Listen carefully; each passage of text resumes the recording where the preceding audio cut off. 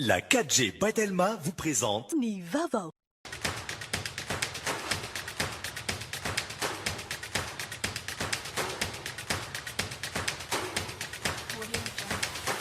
Nolotranao ny fampalalam-baovao. Hitanao daholo ny fitaovana matianina momba ny fambolena: décortiqueuse, motoculteur, scie à chaîne, groupe électrogène, motopompe, Batimax. Ny kalitao amin'ny vidiny mirary. Nolotranao ny fampalalam-baovao.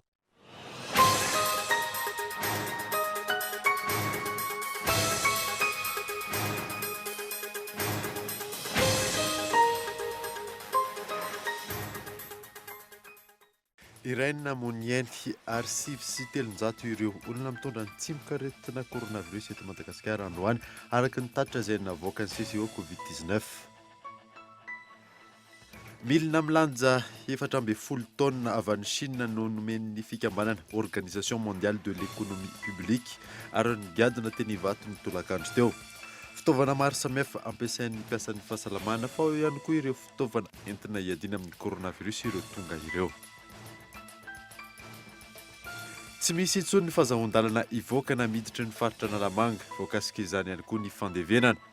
Raha ny fanazavana eo anivon'ny tompona andraikitra ny CCO, toerana miisa roa eny amin'ny fasan'Anjanahary no andevenana ny razana hatreto.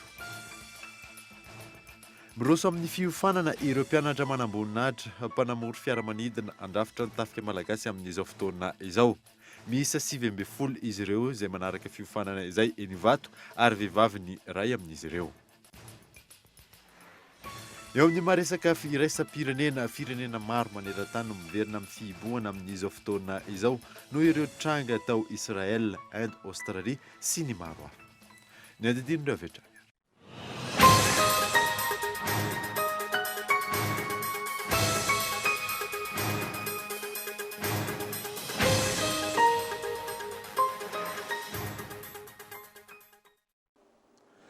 Finaritra toko lasy tompoko vava fotoana vaovao eto amin'ny Kolo TV Manasana anaraka izany hatramin'ny farany. Nanamboatsika ny vaovao ray no namonienty ary sivy sy telonjato ireo olona mitondra ny tsimok'aretina coronavirus eto Madagasikara androany ka ny telo sy telonjato amin'ireo dia avy eto amin'ny faritra Analamanga avokoa araka ny tatitra izay navoaka ny CCO Covid-19. Io na saina. Androany no ambony indrindra ny tarehimarika navoaka ny teo anivon'ny CCO Covid-19 amin'ny isan'ireo olona vao marina fa mitondra ny tsimok'aretina coronavirus eto Madagasikara hatramin'ny 20 martsa no mankaty. Tafiakatra 5 sy telonjato izany androany ka ny 3 sy telonjato amin'ireo avy eto amin'ny faritra Analamanga, 2 avy any amin'ny faritra Atsinanana, 2 tao amin'ny faritra Menabe ary 2 tao amin'ny faritra Itasy. Iray ihany koa no lavo tamin'ny ity valana aretina ity androany. Nisan'ny forme grave dia ny ampy 12, nisan'ireo sitrana somatsara kosa dia nisy 720 ary nisan'ny tranga vaovao dia 5 sy telonjato. Ny Institut Pasteur de Madagascar, ny laboratoire ny hôpital Joseph Ravoagendrena-Valina ary laboratoire LA2M no nazahoana ireo valipitiliana ireo ka nahitana ireo tranga 5 sy telonjato vaovao ireo. Rehefa tambatritsika zany dia 9.7 sy 700 ny fitambaran'ireo fitiliana na azahoana ireo 5 sy telonjato tranga vaovao ireo.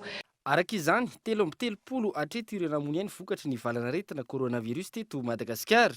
5.9 sy 3 ireo vao marina fa nitondra izany hatramin'ny nanambohan'ny valana aretina. Mahatratra 5.30 amin'zato sy 10 kosa ireo olona sitrana somatsara, raha toka 5.70 hatreto ireo anatin'ny forme grave. 2.20 sy 2 ireo olona eo andalam-pitsaboana ary hatramin'ny androany 4.20 sy 900 sy 5 sy 2 alina ireo olona vita fitiliana tamin'ity valana aretina ity. Ny fanajana ireo fepetra rehetra napetraka no fomba mahomby hivezana aingana ity valana aretina ity hoy ny mpitondra teny ny CCO Covid-19. Milina milanja 4.0 tonnes avy any Chine no nomen'ny fikambanana Organisation mondiale de l'économie publique no nigadona teny hivato ny tolakandro teo. Fitaovana maro samihafa izay ampiasain'ny mpiasan'ny fahasalamana sy hiadiana amin'ny coronavirus ireo tonga ireo. Henri Flore. Ny tolakandro teo no nigadona teny amin'ny serana amparamanidina Ivato ireo fitaovana avy amin'ny fikambanana Organisation mondiale de l'économie publique avy any Chine ho fanampiana ny firenena malagasy hiatrehana ny valana aretina coronavirus. Entana milanja 4.0 tonnes izay ahitana ireo fitaovana maro samihafa no tonga teny an-toerana. Nandray izany tany an-toerana ny ministry ny fanajariana tany sy ny asa vaventy niaraka tamin'ny ministry ny fahasalamam-bahoaka. Ka ao anatin'io zavatra io ao no entiny eo misy eo amin'ny 14 tonnes 420 taona. Zany hoe 14 tonnes zany io valeur globale io poids io zavatra io. BDB zavatra hitantsika ao. Ao misy respirateur izay tadiavina amin'izao fotoana izao. Misy 420, misy koa ao ny thermomètre manaly. Ao koa misy équipement de protection individuelle mba hiarovana reto mpiasan'ny fahasalamana reto. Ao koa tsy adino amin'izany misy ny désinfectant hypochlorite mba handiovana ny rehetrarehetra zay angamba ny zavatra ao. Isan'ny anampy manoloana ny tsy fampiana izay hitarenan'ireo mpiasa ny fahasalamana ankehitriny ireto fitaovana ireto raha ny fanazavana hatrany. Ka fahatongavan'izao epi équipement de protection individuelle zao zay aza vao maika mahatsaratsara ny environnement de fiasandreo ka na nietsika zareo teo hita fa nisy andraikitra raisin'ny ministère fahasalamam-bahoaka zany hoe nisy organisation vaovao natao amin'ny fitsinjarana nio io équipement de protection individuelle sy ny sisa zay ngamba manantena fa tsy tokony isian'izay hetsika ohatran'izay tsony satria na amin'io fitsinjarana io aza misy solotenan'ireo syndicat reo ao mba amfanaraha maso ka mariko eto fa raha misy zavatra tsy mety mandalo dia andray andraikitra entitra ny ministère ny fahasalamam-bahoaka fa tsy azo ekena ny fahatongavana satria reto hitantsika zao misy hetsika be ataony reto namatsika sinoa manao zavatra ka tsy rary raha ohatra ho dia vilina nankafa le izy. Hozaraina araka ny filana misy eny anivon'ny tompo-pahasalamana rehetra mandray an-tanana ireo marary ny coronavirus ireto fitaovana ireto raha ny nambaran'ny ministry ny fahasalamam-bahoaka hatrany. Teratany malagasy miisa 12 sy 900 avy amin'ireo firenena maro avy any ivelany toy Brésil, Belgique, Egypte, Amerika, Londres ny tonga teny vato tamin'ity androany ity. Ny fodiny izy ireo izay vokatry ny fiara-miasa amin'ireo firenena avy any ivelany ireo. Atokamonina mandritra ny 14 andro izy ireo raha ny fanazavana azo fanampanazavana. Misy amin'ny zareo reo misy mormon reto mpivavaka le anina reny io moa ny firenena rotota no mahita hoe nampidirana an'le olona za zany tsy hitra amin'izay fa le fandaminana no lazaiko.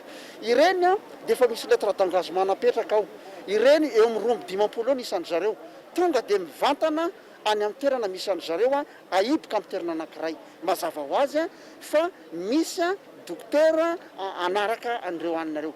Ny miaramila dia nalefa any amin'ny eny Ampahibé dia ao koa nahiboka ao koa zareo mandritra 15 andro. Ny ireo marin efa misy koa toerana ho asinan zareo reo. Zay zany anankitelo efa misy hoe responsable amin'le confinement amina toerana zay. Fa ny sisan'izay manodididina amin'ny 100 mahery eo dia alefa eny amin'ny Villa Verte eny Ambatomarahavavy daholo. Tsy misy intsony fahasahon-dalana ivoaka sy miditra ny faritra Analamanga voakasika izany ihany koa ny fandevenana. Raha ny fanazavana avy amin'ny tompony andraikitra eo anivon'ny CCO. Toerana miisa 2 eny amin'ny fasany Anjanahary no andevenana ny razana hatreto. Misy lalana arjo. Miteraka resabe eo amin'ny fiarahamonina ny fanapa-kevitra no voaka omaly mikasika ny tsy fahafahana mandevina ny razana ivelan'ny faritra Analamanga. Mitondra fanazavana mikasika izany ny mpandrindra ny CCO io maraina io. Tsy azo atao intsony zany ny mitondra nyreny razanyreny fa tsy maintsy eto Antananarivo raha eto izy no maty ao anatin'ny faritra Analamanga dia amin'ilay faritra. Dia mety anontanytsika hoe hoaiza zany no alefina reny olona reny. Ny vary ny tompo dia misy fiaraha-miasa natao tamin'ny commune urbaine Antananarivo izany hoe efa alefina eny Anjanahary. Toerana anankiroa izy io. Toerana anankiroa dia ny anankiray zany hoe manana manjo zany dia ny Baimahasy dia ao anatin'ny commune urbaine d'Antananarivo no mamey azy. Dia ireo no efa mahafantatra an'ilay toerana anankiroa. Arak'izany eny amin'ny fasana Anjanahary no andevenana ny razana.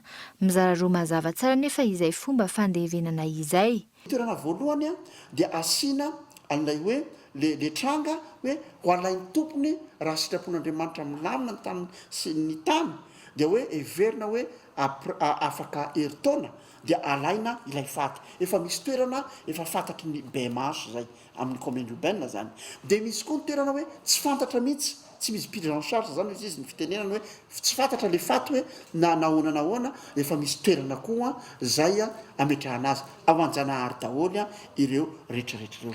Izao fanapahan-kevitra izao izay niarahany CCO ny BMH ary ny commune Antananarivo renivohitra.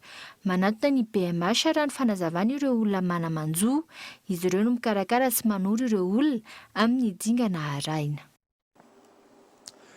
Tsiraikitra tamin'ny ora farany fanambarana saika ataon'ireo solombavamboaka teny Tsimbazaza androany ny fikasihan-tanana nahazo ny solombavamboaka ny Besalampy nataon'ny mpitandron'ny filaminana no antony izay. Efa milamina kosa ny toedrarà ho ny solombavamboaka ny Ambovombe Androy.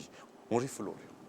Androany marina tokony tamin'ny 7 ora sasany efa tonga teny Tsimbazaza avokoa ireo solombavamboaka ny Madagasikara izay tsy mbola namonjy ny toerana fiaviany maromaro izay nikasany ianatanteraka valandresaka ho an'ny mpanao gazety tetsy amin'ny lapany antenimera rahampirenena hatramin'ny 7 ora maraina. Tsiraikitra tamin'ny ora farany ity fanambarana ity zasaiko atao no antony tsy mazava.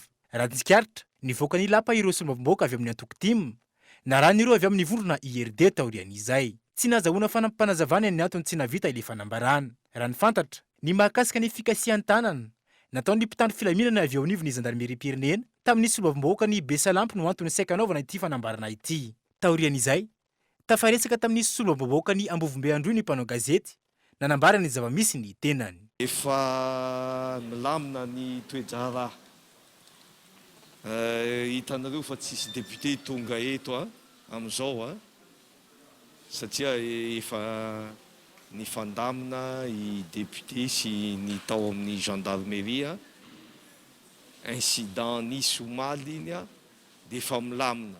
Ny ahatonga avako eto dia fisaorana ny mpanao gazety satria zaho niantso anareo omaly solotenany député nanao fiantsona ty hoe miantso mpanao gazety androany ka raha tsy tonga aho manjary tsy mety zay atao heveriko fa tsy fahalalam-pomba zany.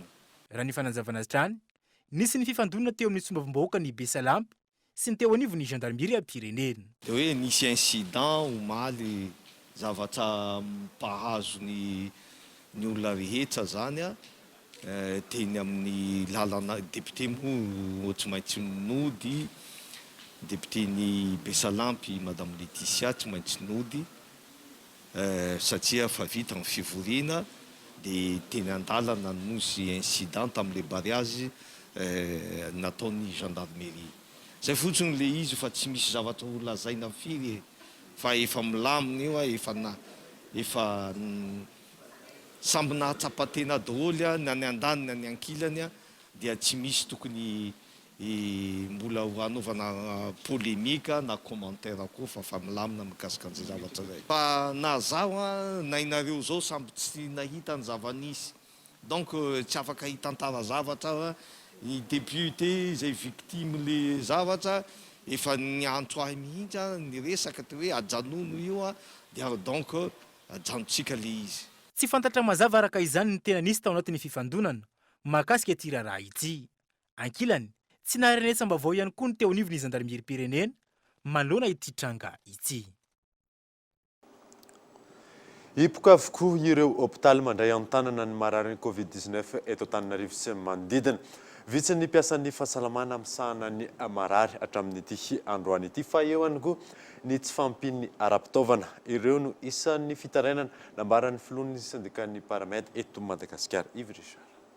Nanomboka ny fotoana nampiakatra ny tranga voamarina ho an'ny faritra Nalamanga. Maro mpitsabo milaza ny fahafenon'ny hôpitaly mandray an-tanana ny marary ny Covid-19 eto Antananarivo sy ny manodidina. Toedrarà saika hitovizana na izany ho an'ny hôpitaly Ambomiandra, ny CSU Befilatanana, ny CSU Anosiala, izay efa namoaka fanambarana mahakasika izay ny fahatelo ny volana lasa teo. Ankoatra ny tsy fahafahan'ny hôpitaly mandray marary vaovao araka izany, tsy araka ny tokony ho izy ny fandraisana an-tanana ny marary noho ny antony maro, araka ny nambaran'ny syndikan'ny Paramedy androany. Tsy le hôpitaly feno akory satria azadino fa raha nanana marary 3 sy 4 ny mpitsabo anankiray amin'ny andavanandro dia mazao azy fa nitombo be nisan'ny marary lasa mety avy roe na avy teo leny ka le olona anankiray ihany tsy afaka mizara roa izy na mizara telo ny dikan'izay miena ny kalitaon'ny tolotra omeny eo ihany koa nefa tsy fampino fitaovana dia mahatsapa mihitsy izay hoe tena tsy zarizary ny fandraisana amin'ny marary ny anivon'ny hopitaly ary everinay hoe anisan'ny antony ange mahatonga amin'ny fanjakana nandray fanapa-kevitra mihitsy hoe maninona moa raha any an-trano ireo olona ireo satria efa tsy araka intsony ny fikarakarana. Tsy adiny fitondram-panjakana samirery ankilan'ny Covid-19 manana anjara toerana goavana anatin'izany ny olom-pirenena tsy ankanavaka. Isan'ny fandraisana anjara mavitrika anatin'ny ady amin'ny Covid-19 ny fanajany rehetra. Ny fepetra ara-pahasalamana tsy atongavana amin'ny zava-mitranga toy ny miseho any amin'ireo firenen-kafa. Raha ho antsika mpiray-tany-drazana dia ny afatra tsara ifampizarana dia ny hoe raiso an-tanana amin'ny fahasalamanao. Arovy tanteraka amin'ny fahasalamanao. Tsy ny resaka confinement na fatahorana mpitandro filaminana ny tokony anarahantsika nireny fepetra fiarovan-tena reny fa noho ny fahasalamantsika, noho ny fahasalaman'ny ny ankohonantsika ary azadiny fa efa tena feno ny hopitaly amin'izao fotoana izao na ny andraisana antsika eny ary manahirana ka aleo apetraka amin'ilay teny razana hoe aleo misoroka toy izay mitsabo satria sarotra ny raharaha amin'izao fotoana izao. Na eo aza ny ezaka ataony fitondram-panjakana. Miankina betsaka amin'ny fiarahamientany rehetra no iaina ny firenena anatin'ny fotoana fona lava ny krizy ara-pahasalamana. Raha voaja araka ny tokony ho izy ny fepetra, aingana no andresena ny valanaretina ary rosoana ny fiverenana amin'ny fiainana andavanandro. Raha ny mifanohitra amin'izay, ahina indringana ain'olona maro ny Covid-19, ahatra ny fotoana iainana anatin'ny fihibohana izay hiteraka fahasahiranana maro. Maro amin'ireo orinasa madinika sy salatsala no nyroso avy hatrany amin'ny fandefasana ny mpiasa ho chômage technique sy partiel taorian'ny fepetra amin'ny fiverenana anatin'ny fihibohana tamin'ity androany ity antony ny fatiantoka sy ny vesatra vokatry ny fihibohana raha ny fanazavana azo miantarandriana. Iray amin'ireo orinasa madinika salatsala ny orinasa Ndominara Samuelson taoriany fanambarana ny amin'ny fiverenana amin'ny fihibohana tanteraka mandritry ny 12 andro nandray fepetra avy hatrany ny tena ny ampitsahatra anatin'ny fotoana tsy voafaritra ny ampahany betsaka amin'ireo mpiasany. Tafakatra efa-bolana eo zao ny tao anatin'ny resaka fihibohana eto dia taraiky izany tsika ao anatin'ilay satria tsy afaka tena hoe mamokatra ary manitsaka mandeha eo ambony atody zany amin'izao fotoana mieritreritra hoe ohatry ny ahoana no amikarana dia aizavy no ale mora teo zany zahay na isan'ny mpandrara madinika ary nisy ihany resaka hoe plan de mitigation nisy fotoana fa ohatra tsy dia tena nisy fiantraikan'ny firina kaiza tany amin'ny mpandrara ilay izy. Raha eo amin'ny resaka hoe fampindramam-bola indray mavesatra ny mbola hoe indrana vola raha ohatra ka tsy mbola voafaritra ny tsena satria tsy mazava zany hoe aiza dia inona avy no azo atao. Raha iverenana nandritra izay fotoana nisy ny coronavirus 4 volana teo eo izay nitontongana hatrany toe-karen'i Madagasikara. Manoloana izao fihibohana izao indray, maro amin'ny orinasa no miditra fatiantoka tanteraka, isan'izany eo amin'ny sehatry ny varotra sy ny tolotra omena. Ho an'ny orinasa nanaovana fanadihadiana ity ohatra, vahaolana miatraika mivantana amin'ny fampandehanan-draharaha sy ny fihodinan'ny orinasa, na ihany koa fanohanana ny mpiasa no andrasana izy ireo amin'ny fitondram-panjakana. Ny resaka hoe fanemorana ny fandoavana netra, fa ny fanemorana ny fandoavana netra ne tsy manena ny fandoavana netra, tsy manafoana, izany hoe tsy maintsy aloha. Nisy ny fampiresahana ihany koa ny resaka hoe fanemorana ny fandoavana ny trosa, fa hatramin'izao zany raha ho anay manokana aloha dia tsy te halala an'izany mihitsy ny mpampitrosa izay microfinance fa ny fantany dia tsy maintsy aloha foana io vola io.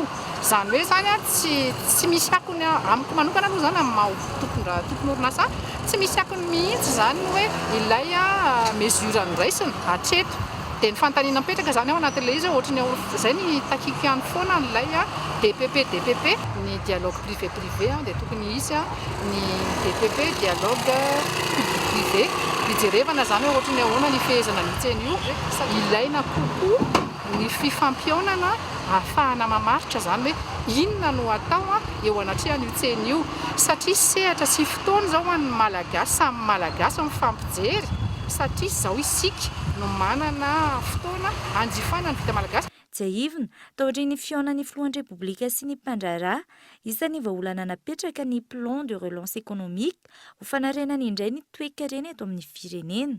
raha nitatitra avy amin'ny banky foiben'ny Madagasikara no tsy aivina ihany koa tamin'ny nanomboan'ny krizy ka hatramin'ny volana May ny voan'ny tatitra.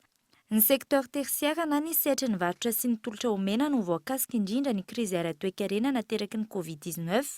Izany hoe nianatra amin'ny aotra faingo 500 hatramin'ny fotoana io ny sehatra asan'izy ireo raha toa ka no vinavinaina hiakatra 5,200 izany ho an'ity taona 2024 ity. Manaraka azy ny sektor secondaire na ny indostria nena lasa mandrina ny 2,200 ny famokarana raha 7,400 ny vinavina tany aloha. Na ny sektor primaire na ny sehatra ny fambolena ny fiompiana ary ny jono izay vinavinaina ho 3,100 amin'izao ny famokarana raha notombanana ho 4,100 izany ny fiandohan'ny taona. Tontolon'ny fampianarana kosa indray efa vita ny fandaharam-pianarana ho an'ireo kilasym-panadinana maro araka ny fanadadiana natao. Na izany tena nivon'ny sekolim-panjakana na ihany koa ireo sekoly tsy miankina. Efa miroso tamin'ny famerenana ireo mpianatra herinandro lasa izay Yves Richard. Saika efa vita ny farany volana Jona ny fandaharam-pianarana ho an'ny kilasym-panadinana rehetra. Efa 2 herinandro no niroso tamin'ny famerenana ny kilasy 5 ho an'ny EPP Anjahabe saingy ny ato ho fanajana ny fepetra ara-pahasalamana. Afaka ny miatrika fanadinam-panjakana ny mpianatra saingy ilaina ny datim-panadinana mazava. Na izany na tsy izany, nandraisana fepetra manokana ny kilasym-panadinana hanamafisana ny fiomanana. Ho an'ny kilasy de 7e manokana no nandraisana fepetra kely satria vao aingana moa zany tamin'ny zoma izy mbola nianatra teo. Tonga teo ihany izy tamin'ny latsinainy dia nizarainay sujet no nizarainay ho an'ny ankizy dia izy ankizy tonga teo dia traiteny le izy dia ateriny aty. Zay vao nandray fepetra ohatr'izay hoe sao dia adininy ankizy indray le zavatra efa hainy. Afaka miatrika ny examen tsara ny ankizy loha ohatra ny anay ratsy dia lavitra loatra le fotoana. Miara-miomana amin'ny mpianatra amin'ny fanomanana ny fanadinam-panjakana hatrany araka izany ny sekoly na eo aza ny fiatoana. Isan'ny paikady ataon'ny mpampianatra maro ny famolavolana karazana laza adina. Ampafantarina ny mpianatra ny endrika laza adina mety hisy hoe mandritra ny fanadinam-panjakana. Mila mizatra koa ireo zaza ireo vao indray mandeha ny fanadinana andrana dia efa izay zao mipaikady ny eritreretinay hoe anangonangana sujet type izay mety mba vinavina satria mpampianatra koa maminavina miprevoir an'izay mety hivoaka tsy hoe fantatra koa hoe inona fa mba efa manomanomana ihany dia ry sujet type zany zao ny tena mamafisinay raha vao miditra eo dia sady révision izy izay tsy ampy ihany izay hita hoe lesoka sy lavaka dia arenina daholo fa atao daholo ny toute matière zany fa tsisy hoe inona no arenina fa tena ho alefa daholo satria mandritra izay 15 andro izay fa misy zavatra mivandray ao anaty. Mbola ao anatin'ny 3 volana faharoa ny kilasy tsy manala fanadinam-panjakana raha ny fandaharam-potoana no jirenina. Efa nanomboka ny 20 ny volana Martsa no niato ny fampianarana ho azy ireo. Ho an'ny kilasy intermédiaire araka izany no ho sarotra ny fandaminana sy ny fandrindrana ny programa mpampianarana manaraka. Raha ho vita ny fandaharam-pianarana, ho sarotra ny faninjiana azy. Raha tsy tontosatra amin'ny farany izay, avesatra ny fanarenana ny banga rehefa miakatra kilasy roa mpianatra. Tonga eto amin'ny fotoana ny dokavarotra isika aorianan'izay ataontsika ny fananganana ny CCO ho an'ny faritra Analamanga. Eo ihany koa ny tsy fandriam-pahalemana any Ambatondrazaka rehefa avy eo.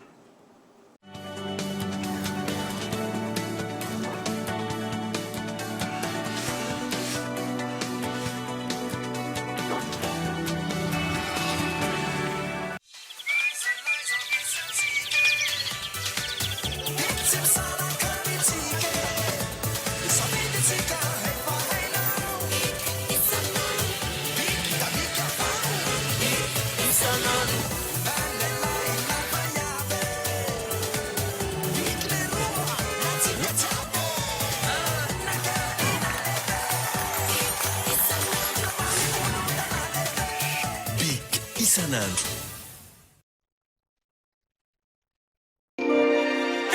Zao ie, mahay mandeha ny zanaky dada Sineny.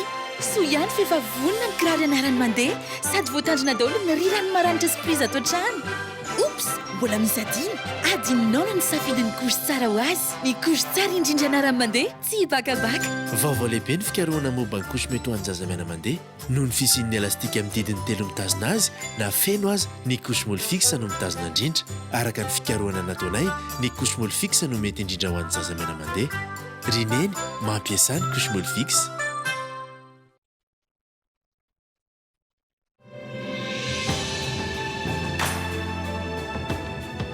Manitra miavaka miaraka amin'ny Telma.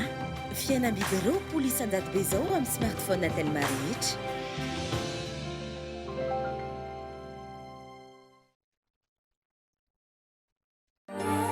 Chocolat Tsar. Un goût authentique. Un éventail de saveurs. Tsar.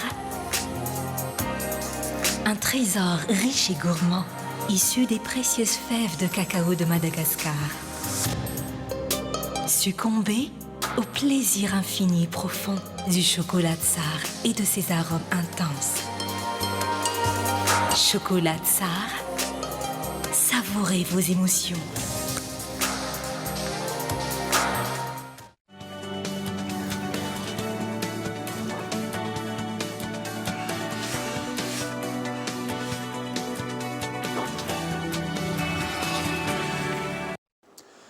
Veneto amin'ny fampalalam-baovao isika.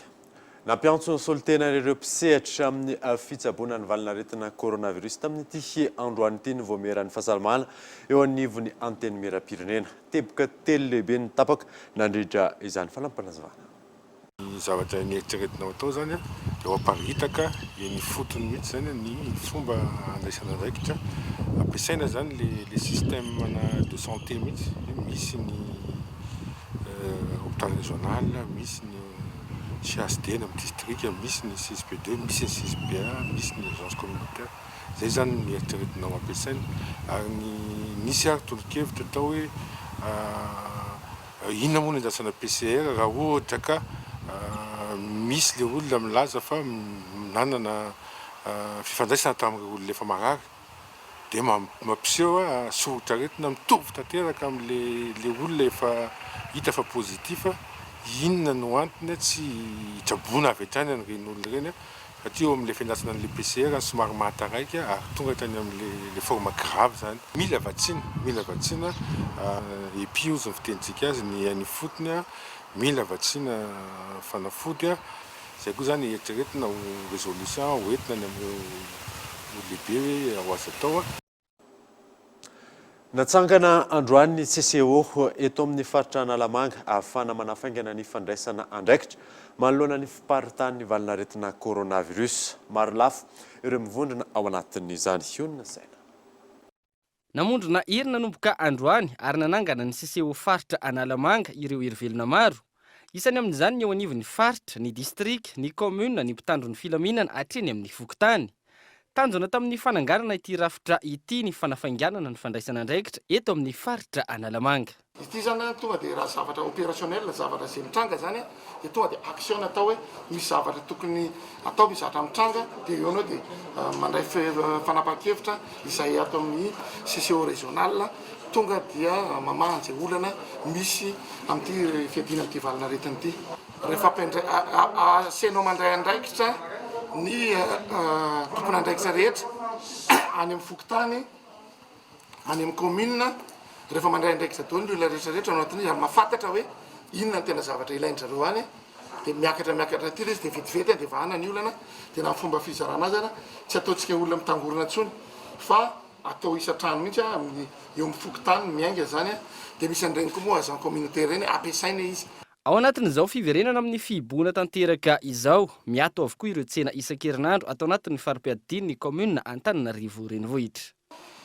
Ny eto anivon'ny commune Antananarivo renivohitra dia tsy maintsy nandray fanapahan-kevitra nampiato ireo tsena lehibe isan-kerinandro mba ampilamina ary nanamafy fa ireo tena essentiel ihany arak'izany ny produit de première nécessité sy ireo tena ilain'ny mponina andavanandro ny sakafo ihany no afaka amidy amin'izao fotoana izao.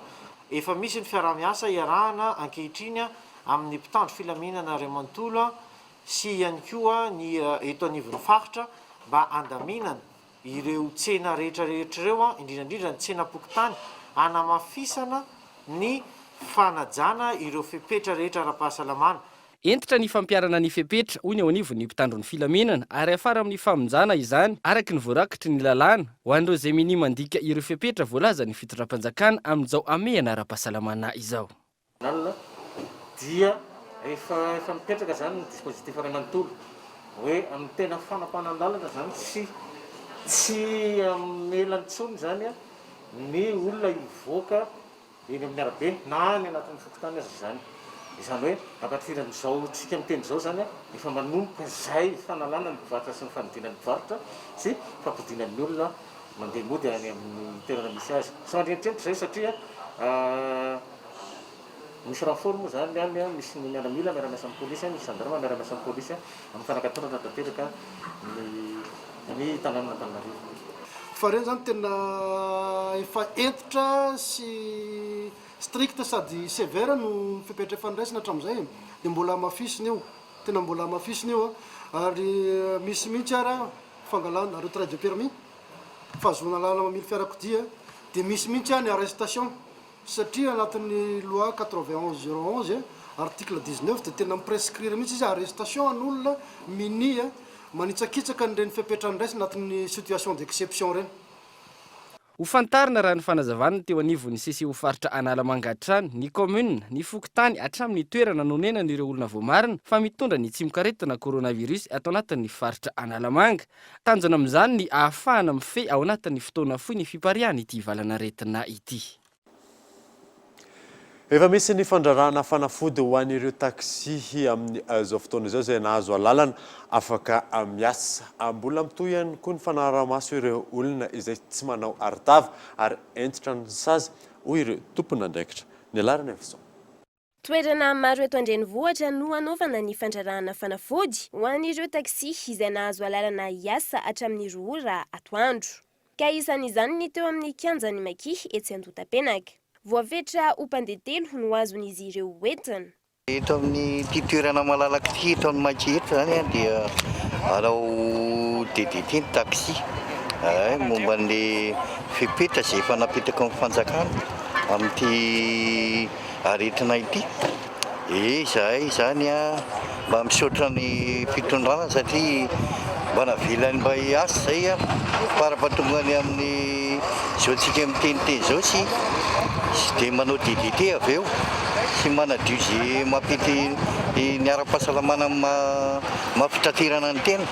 Ataonay aty zao madama dia manaraka an'le désinfectant atao amin'ny taxi mba ho vokatry le ara-pahasalamana. Satria sahirana fanjakana amin'le hoe tsy salamy ero. Fiasana zao maro dia hoe hatramin'ny amin'ny roa fa ny amin'ny atoandro ny ankoatra izay zany hoe olona marary no azo entina na mitady fanafody ohatr'izany. Nefa zay hoe dia hitady marary entina nefa ny fanjakana rehefa sahirana amin'izany fa mba ho salama zany dia tavinay raha mety.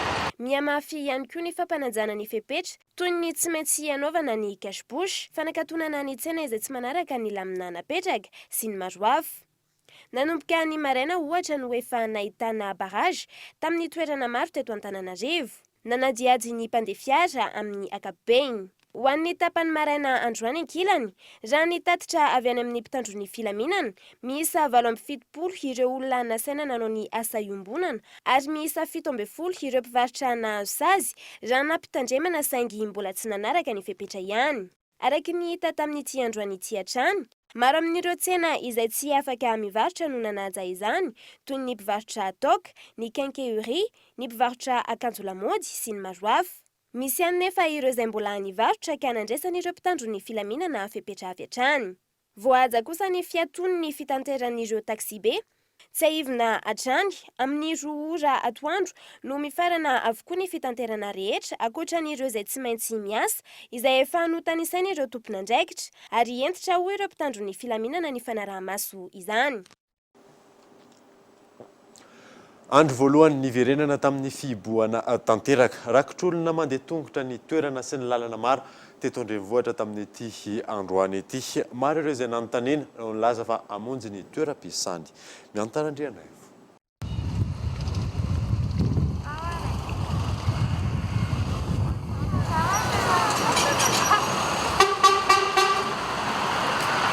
Tahaka izao ny hita tamin'ny toerana maro teto Antananarivo androany, saika nahitana olona nandeha tongotra ny toerana rehetra. Ny maro amin'izy ireo no nanambara fa ny asa sy ny fitadiavam-bola no antony nivoahana ny trano. Avy niasa zao dia andeha hody, mbola miasa hatramin'ny 12 dia andeha hody zao.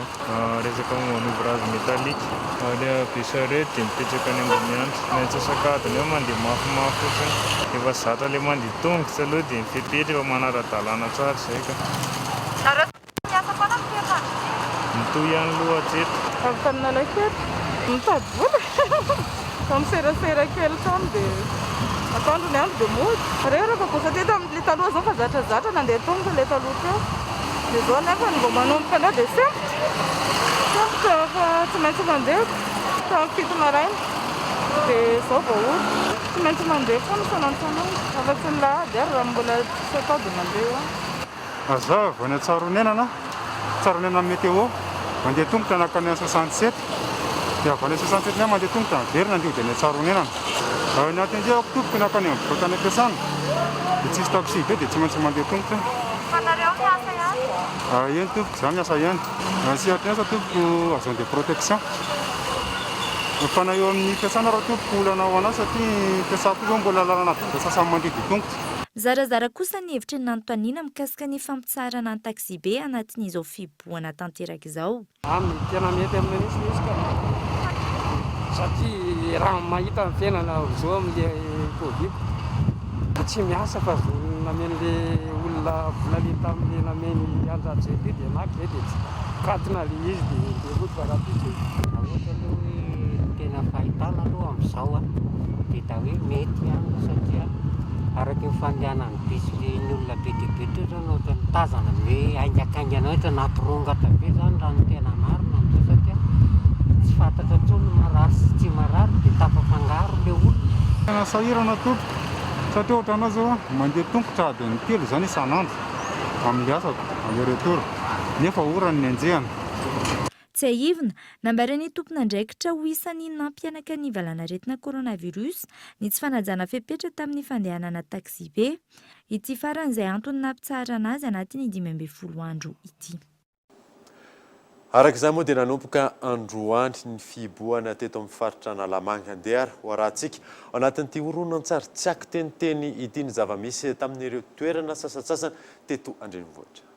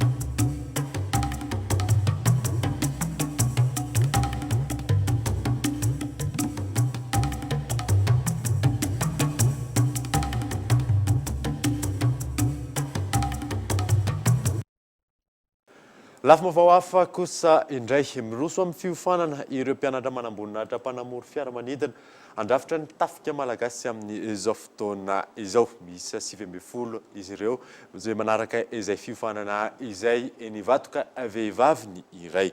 Ny alarana efison.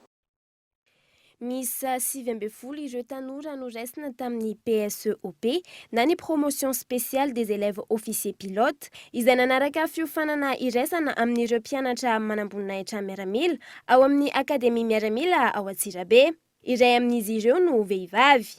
Izy no malalatiana, mpianatra manamboninaitra mpanamory fiaramanidina vehivavy voalohany eto Madagasikara.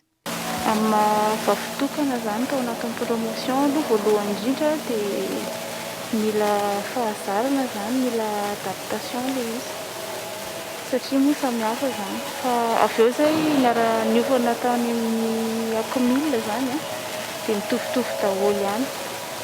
Dia tsy tena sarotra ilay izy satria fandray tsara daholo ihany zay dia taorian'ny fiofanana izay formation initiale des élèves officiers de l'académie militaire nataon'ireo mpianatra manamboninaitra mpanamory fiaramanidina tao amin'ny akademia miaramila Antsirabe. Efa iray volana izao ireo mpianatra mpanamory no nirosy tamin'ny fiofanana teknika sy fampiarana. Ifarana ny volana Jolay izao io fiofanana io izay tontosaina eny Ivato. Ka iverina anohy fiofanana miaraka any Antsirabe indray izy ireo aorian'izay. Manao volant tsika, manao exercice na décrochage, configuration lisse de configuration atterrissage. Dia manao exercice na virage engagé koa tsika, exercice de sécurité zany.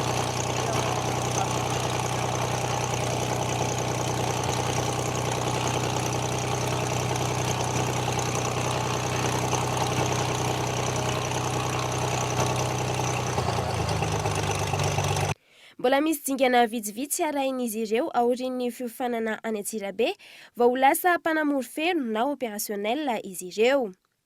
Ampy ireo fitaovana entina manatanteraka ny fiofanana ara-teknika raha ny fanazavana ireo mpampiofana.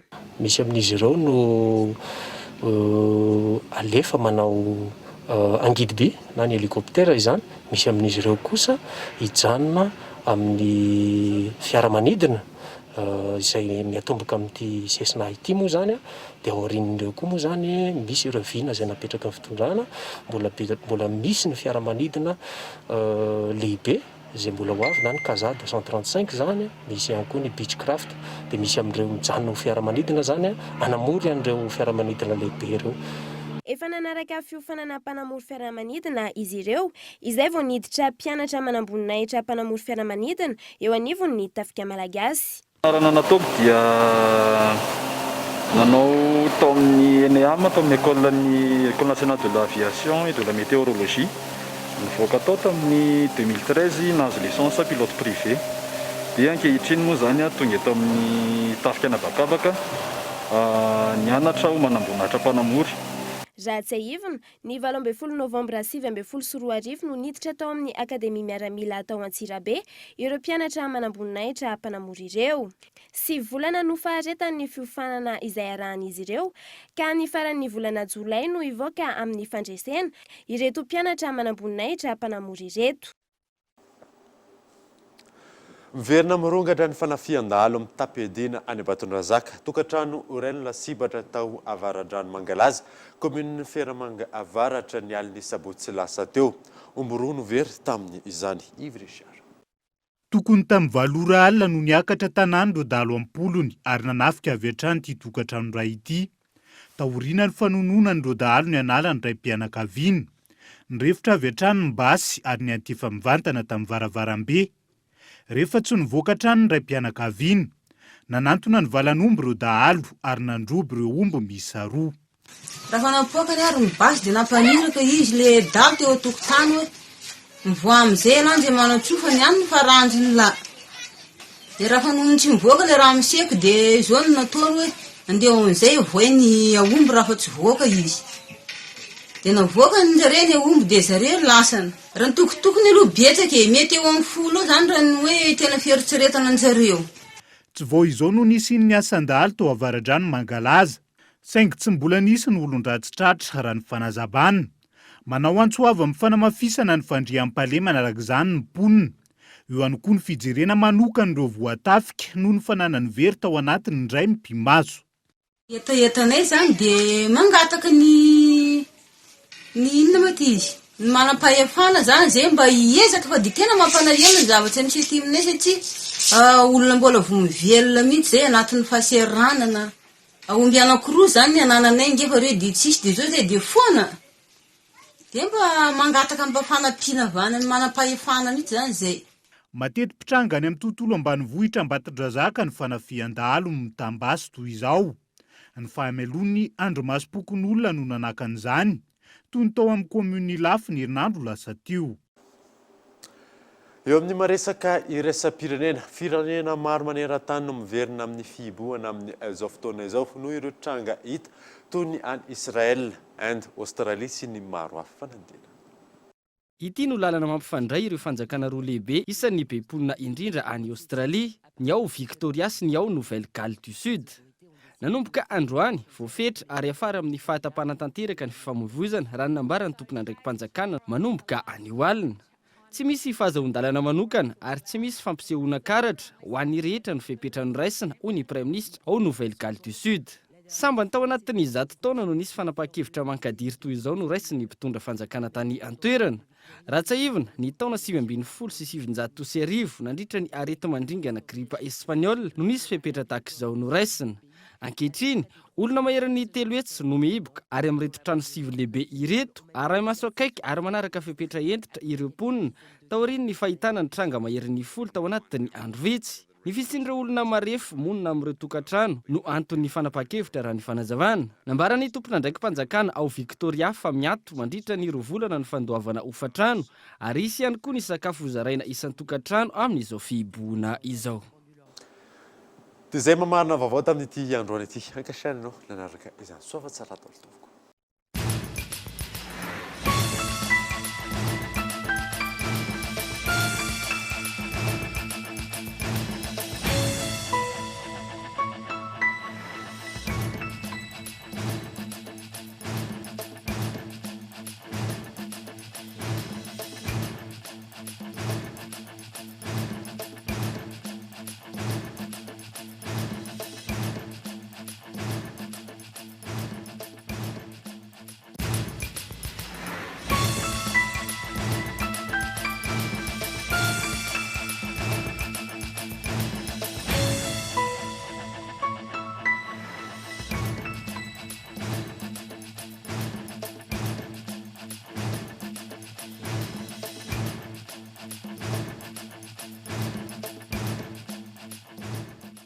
Hitanao daholo ny fitaovana matianina momba ny fambolena, décortiqueuse, motoculteur, scie à chaîne, groupe électrogène, motopompe, Batimax, ny kalitao amin'ny vidiny mirary. Vous a présenté Ny vaovao.